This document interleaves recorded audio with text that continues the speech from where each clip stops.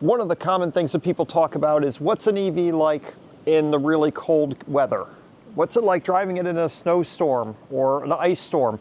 And I got a chance to do some of that this morning and last night. And let me show you my results, because there are some things that are very different and some things that are a lot better. So here's how frozen the ground is. I'm walking on top of the snow.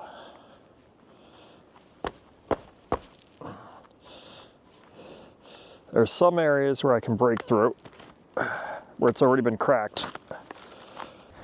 And here's my EV, which is a 2025 Ford Lightning.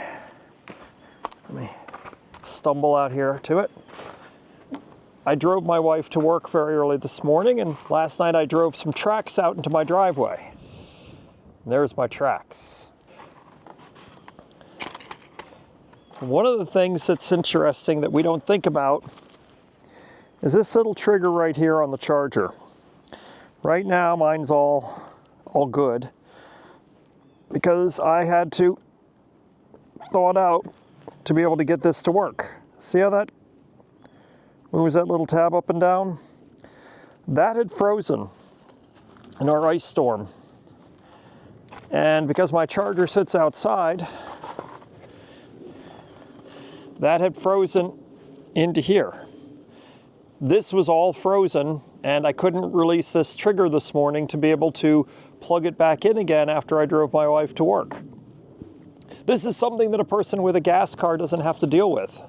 They don't have to worry about whether or not the gas pump is frozen, because they're usually not. So obviously, if I cover this over with plastic, I could take care of it. Or maybe in the future, people could design these where there was a button on here or some way to defrost this, you know, where it had a little heater built inside to defrost it so that it would easily disengage. I couldn't get it to plug back into the truck at first either, because of the fact that there was some ice inside of it. So yeah, the charging cable, that was the bad thing. And that's something that you don't have to deal with a gas car.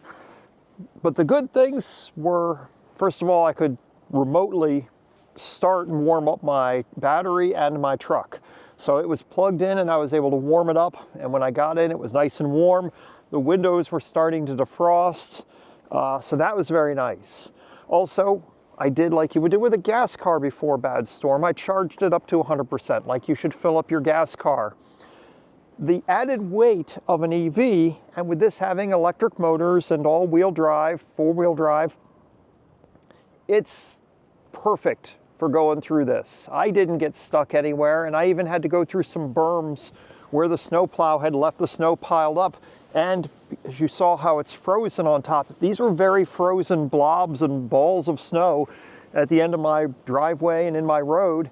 And I went right through them and over them without any challenge at all, because it's a heavy EV truck. But here's one of the things that's just weird. And it's not a big deal, it's just weird and different.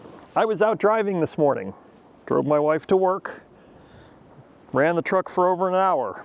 And as you can see, my frunk, the hood of my truck, is still encased in snow and ice. And it will stay that way until the temperature gets warm enough for me to get this off of here, because there is no engine heating this up to get this to slide off or for it to fly up and hit me in the windshield. I'm sure probably you've dealt with that before. Obviously, we're always supposed to clear all the snow off of our vehicle before driving down the road, but there's no chance of this sliding up and hitting my windshield until it gets warm enough where this is melting and will actually be able to come off of here. Right now with the sun, it is getting closer to being able to be moved, but definitely not yet. And it's well below freezing out here right now. It's very cold. So other than the charging issue, I had no problems. Yes, you do use a little bit more of your battery whenever it's very cold. But also, I have left my truck on, and if I'm not driving it, if I've got my battery fully charged, it can last for several hours before it actually puts any kind of dent on the charge, because it's an EV. And once it's warmed itself up, keeping it warm doesn't really use that much of the battery, which a lot of people always think, oh, with an EV, you know, it draws so much of the battery in the winter, and it does draw more. It definitely draws more. But it's if I was stuck somewhere, like if I went off the road and I got stuck somewhere, I can just sit there with the heat on, and just my heated seat or whatever. And believe me, you can do that for several hours, and it's not going to draw down your battery. So, would I recommend an EV in the snow and in the ice? Absolutely. Ground clearance, like any other vehicle, is key. Weight and being fully charged, or having all your gas, is key as well. It's really not a lot of downsides. It's just like everything else with an EV, it's different. And of course, with mine and some other EVs, the really nice thing is if the power were to go out, I could run my house off of my truck. I've got another video where I talk about some of the electrical advantages of this particular truck.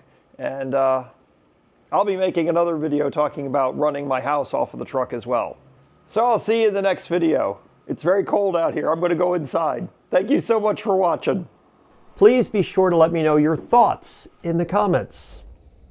And subscribe to be notified of future videos. I'll see you in one of those.